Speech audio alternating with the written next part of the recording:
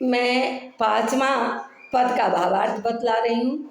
बरदंत की पंक्ति कुंद कली, बाल श्री राम के रूप सौंदर्य का वर्णन है कि बरदंत की पंक्ति कुंद कली, अधराधर पल्लव खोलन की, चपला चमके घन बीच जगह छवि, मोती न माल अमोलक की, घुंघरारी घुंघरारी लटके मुख ऊपर, घुंघरारी लटके मुख ऊपर, कुंडल लोल कपोलन की, न्यौछावरी प्राण करे तुलसी, न्यौछावरी प्राण करे तुलसी, बलि जाऊं लला इन बोलन की।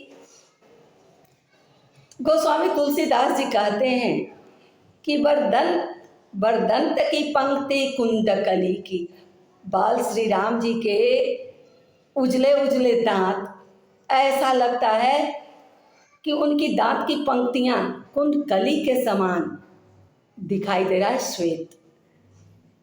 और हंसते समय उनके होठों के जब अधराधर पल्लव खोलन की, हंसते समय होठों के नए पल्लवों की भांति खोलने की, मैं बलि जाऊं, मैं बलिहारी जाऊं।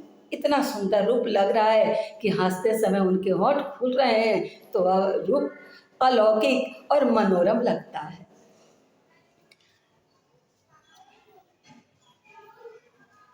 चपला चमके घन बीच जगह छवि, ऐसा लगता है जब हंसते हैं तब, चपला मने बिजली, तो चपला चमके घन बीच जगह छवि, तो चपला यानी बिजली के समान, तो नीले आकाश में जैसे लगता है कि बिजली चमक रही है, यानी उनका सांवला शरीर और उस पर उनकी दांतें बिजली के समान चमक रही है, जिनकी तुलना गोस्वामी जी कहते हैं कि ऐसा लगता है कि बादल में बिजली चमक रहा।